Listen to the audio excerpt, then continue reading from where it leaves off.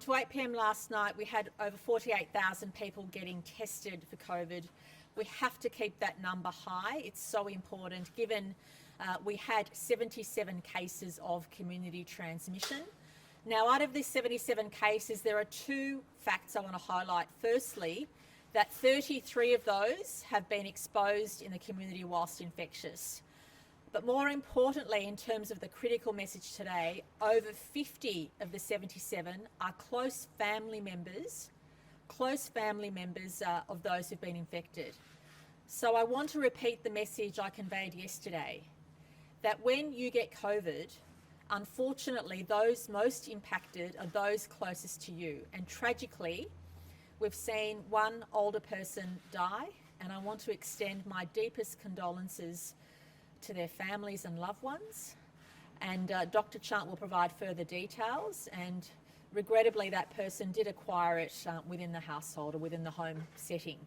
So I can't stress enough that every time we risk breaking the rules or even just going about our business and not getting tested when we need to, the people whose lives and health that we're risking the most are those closest to us. It's quite stark and telling that more than 50 out of the 77 cases overnight were close family members of the person who had the virus.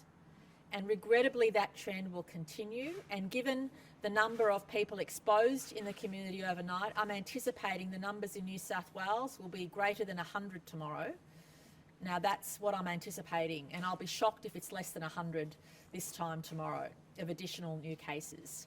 So we can't stress enough the importance of not only following the rules, but also realising the risk that the people who will suffer the most is, if you don't worry about yourself, that's fine, even though it's affecting people of all age groups. If you don't worry about yourself, that's your decision. But think about your closest family members, your closest people in your life. They're the people that are most impacted. Dr. Chan in her report would also highlight the fact that the other category that we're concerned about are essential workers like tradies who are visiting multiple sites. We really need people who visit multiple sites for essential work, whether you're an electrician or whether you're fixing essential services for people within homes or within construction sites. We recommend strongly that you get tested immediately before you continue working, and Dr. Chant will speak more about that.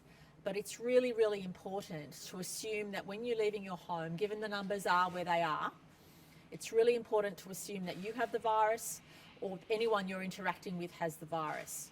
Now, on a positive, I want to thank people for staying at home. Reports back from police and other community leaders is quite evident that people are taking the stay-at-home message. And no doubt, the cases that we're learning about today are quite historic, going back 5, 6 or 7 days. Having said that, it's really important for us from here on in to maintain the stay at home. Do not leave your home unless you absolutely have to. I can't stress that strongly enough. And when I say do not leave your home, we mean your home. We mean don't visit a relative, a close friend, grandparent, because unfortunately that's how the disease is spreading, through close family. And we need to change that trend. Unfortunately, the majority of cases are again in southwestern Sydney, and that's where the accumulation of cases is. But we anticipated that, because when you have a number infectious within a community, those unfortunately infectious ones are likely to go home, and then unfortunately their direct family members in that household are likely to get the virus, given how transmissible this is. So I can't stress enough the importance of everybody doing the right thing. And of course, we know that in many cases, what's occurring is unintentional. But that's why everybody has to think about every step they take outside their home. If you need to pick up an essential good or essential services, please think about, plan this out before you leave the home to make sure you have minimal contact with anybody. You have to assume you have the virus or somebody you're in contact with has the virus. But I do want to thank the community for responding to our stay-at-home orders. We've noticed in the last week, but in particular the last few days, a noticeable drop in people being out and about, and that is a good thing. if we're going to get out of this in a reasonable time frame, we need everybody to please stay at home. If you need anything, you can contact various agencies, but Service New South Wales or any other hotline that we have to get the support you need. But please, we are at a critical point. I know I keep saying this, but it's the truth. And I know I keep saying the importance of not leaving your home, but the statistics are really, unfortunately, playing out the way we anticipated in terms of those infecting or infected with the virus taking it home to their closest loved ones. And that's what we need to see reversed. I'll now ask Dr. Chant to give her update. Deputy Commissioner Warboys will talk about compliance. And again, I want to stress, thank you to the vast majority of people in our state, especially in the Greater Sydney area, for doing the right thing. It's been noticed. But we need to keep that up.